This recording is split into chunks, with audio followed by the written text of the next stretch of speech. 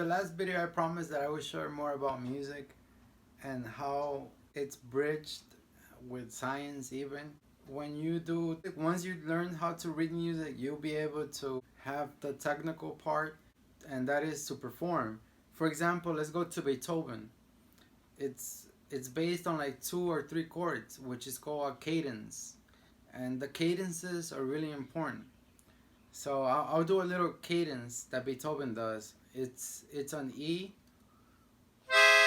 and then it's on A. So,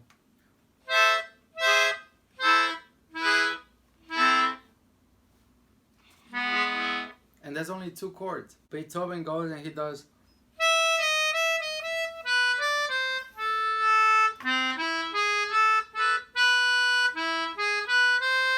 and there's only two chords. Anyhow, Beethoven does a lot of simple things within cadences, and I'm gonna show it to you on the grand piano.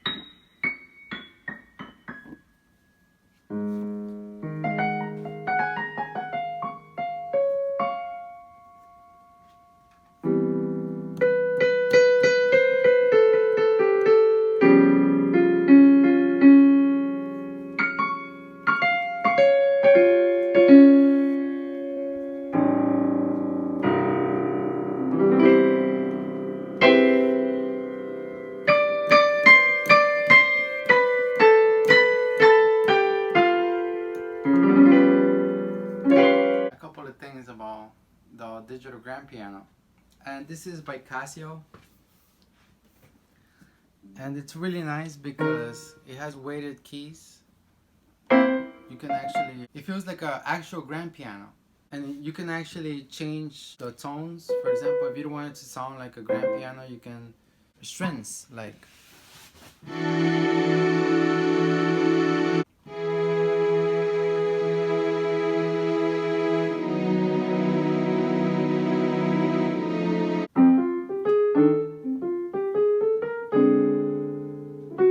You have organ. Casio digital grand piano has another sound, which is called a jazz organ.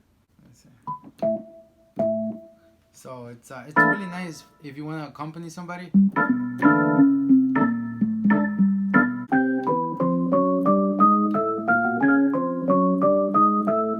This is the Casio CDP 135 digital grand piano, and it sounds really majestic to the musician's ears.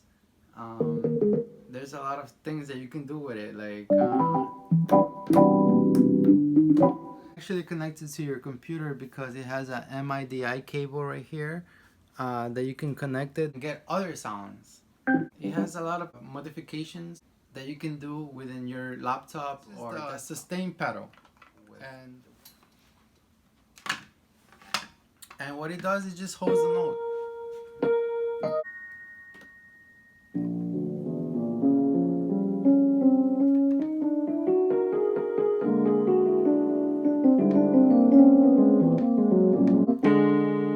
So that's the effect that it does. So Beethoven is really amazing because of the cadence. And what is a cadence? A cadence is two chords or maybe four chords that resolve into each other. For example, in Furlies he does it in A minor.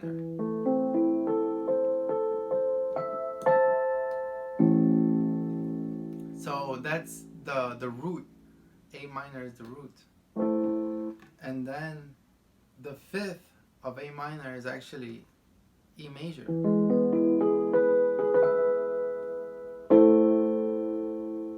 So he does something amazing. He just goes and makes up a melody.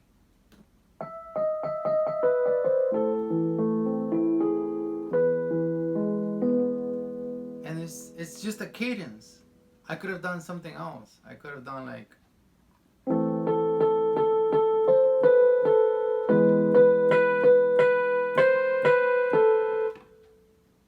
and that's composition.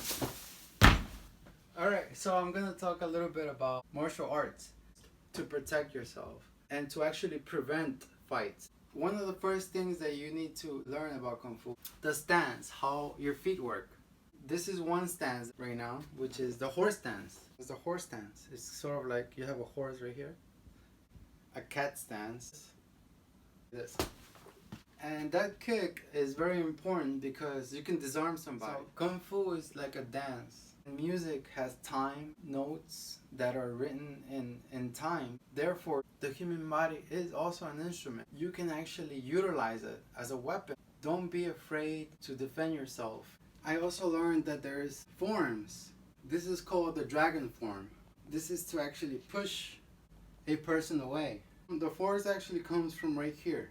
There's also another form, which is called tiger. And the way the tiger moves is straightforward. Easy enough to go like that. There's another form, the snake line. For example, if somebody to throw a punch on you, just squiggle the punch away. Squiggle it. Or maybe you can use a combination, the tiger and the snake, and actually go like this. Or you can do a multiple attack like this. And there's other forms that we'll be teaching.